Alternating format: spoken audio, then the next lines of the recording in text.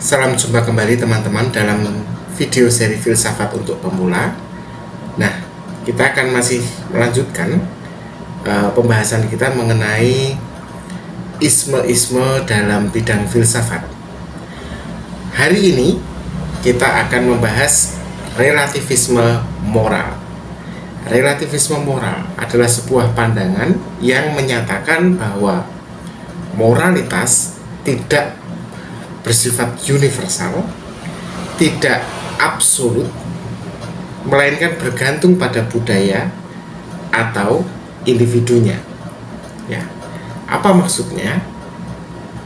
Lalu apakah memang moralitas kemudian bisa, kalau tidak universal, lalu bisa berbeda-beda bentuk dan artinya tergantung siapa yang menilai dan dari mana mereka berasal? Ya, mari kita eksplorasi lebih dalam lagi. Pertama-tama kita pahami dulu apa itu moralitas. Nah, kemudian kita akan pahami juga apa itu relativisme moral. Teman-teman, relativisme moral merupakan pandangan yang berpendapat bahwa tidak ada kebenaran moral yang sifatnya objektif. Artinya benar dari dirinya sendiri, dan juga tidak ada kebenaran moral yang universal, artinya berlaku sama di semua tempat oleh siapapun itu di segala waktu. Dengan kata lain, moralitas atau nilai-nilai moral yang kita anut sebenarnya bergantung pada konteks budaya, tergantung dari bagaimana perspektif kita, dan bergantung pada bagaimana masyarakat memaknainya. Apa maksud yang lebih jelasnya? Jadi misalnya, dalam pandangan bahwa moralitas itu bergantung kepada budaya, kita bisa melihat bahwa nilai-nilai moral memang bisa berbeda-beda tergantung dari budaya yang melingkupinya. Dengan kata lain, nilai-nilai moral itu ditentukan oleh budaya atau masyarakat tempat seseorang itu hidup. Apa yang dianggap benar atau salah bisa berbeda-beda di setiap budaya. Sebagai contoh, dalam beberapa budaya, contohnya ini, tindakan yang dianggap menghormati leluhur, misalnya dengan memberikan sesaji, bisa dianggap sebagai sesuatu yang harus dilakukan. Tetapi di budaya yang lain, memberikan sesaji kepada leluhur di makam atau di pohon atau di tempat-tempat yang dianggap wingit, dianggap sesuatu yang salah, yang musyrik. Jadi moralitas itu tergantung dari budaya. Moralitas juga bergantung dari perspektif individu. Beberapa pandangan relativisme moral itu memang lebih mengarah kepada individualisme, di mana menyatakan bahwa moralitas ini adalah perkara keputusan pribadi. Artinya setiap individu itu punya kebebasan untuk menentukan apa yang mereka anggap benar atau salah sesuai dengan pengalaman dan pemahaman mereka masing-masing. Nah, relativisme moral itu dapat muncul dalam beberapa bentuk, teman-teman. Masing-masing bentuk itu menekankan perbedaan dalam cara kita memahami nilai-nilai moral. Bentuk pertama adalah relativisme budaya atau cultural relativism. Relativisme budaya ini adalah bentuk relativisme moral yang sebenarnya paling umum dan paling sering kita kenali, ya.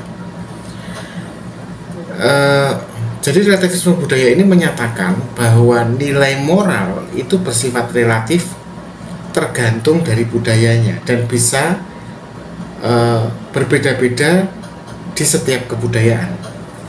Misalnya suatu budaya mungkin saja menganggap pernikahan poligami sebagai hal yang sah dan bermoral, bahkan didorong untuk melakukannya.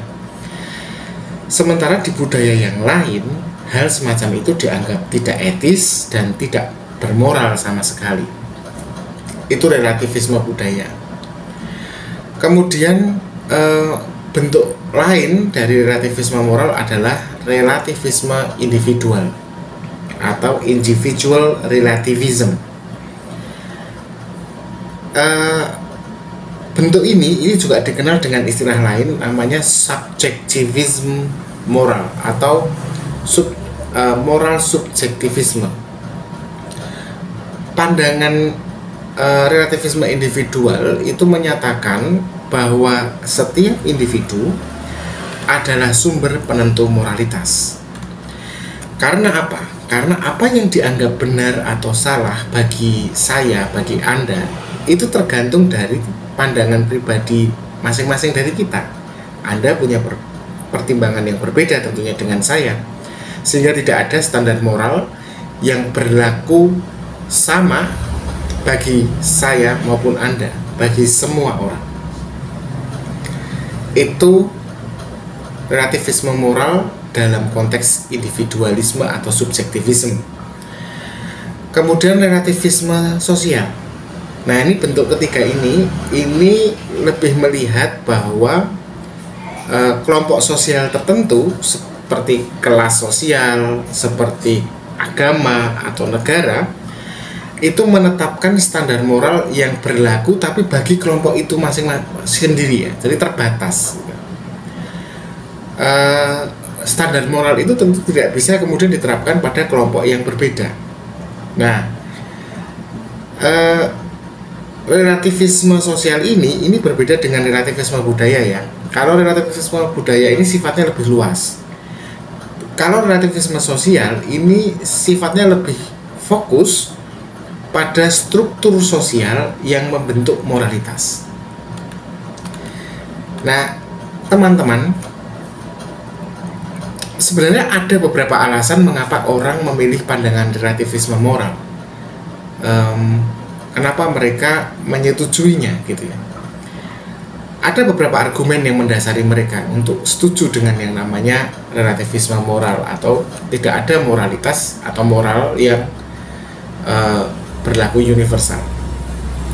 Argumen pertamanya adalah mengenai keanekaragaman kebudayaan. Nah, ini argumen yang paling kuat sebenarnya, di mana keberagaman budaya di dunia ini kan tentu saja tidak bisa dipaksakan dengan satu standar ukur moral yang sama. Kita melihat ada banyak perbedaan dalam praktek moral, seperti cara orang memandang hak perempuan, hukuman bagi kejahatan misalnya, atau bagaimana kita juga melihat ada begitu banyak cara hak asasi diterapkan dalam setiap budaya gitu ya, dalam setiap tradisi. Nah, bayangkan jika moralitas bersifat universal, kalau memang betul ya universal, mengapa ada begitu banyak perbedaan dalam penerapan moral atau bahkan dalam isi nilai-nilai moral di setiap tempat yang berbeda itu? Jadi keanekaragaman budaya ini menjadi argumen bahwa memang relativisme moral adalah sesuatu yang benar. Yang kedua, itu mengenai argumen yang kedua, mengapa relativisme moral itu menjadi pandangan yang dipilih oleh banyak orang, karena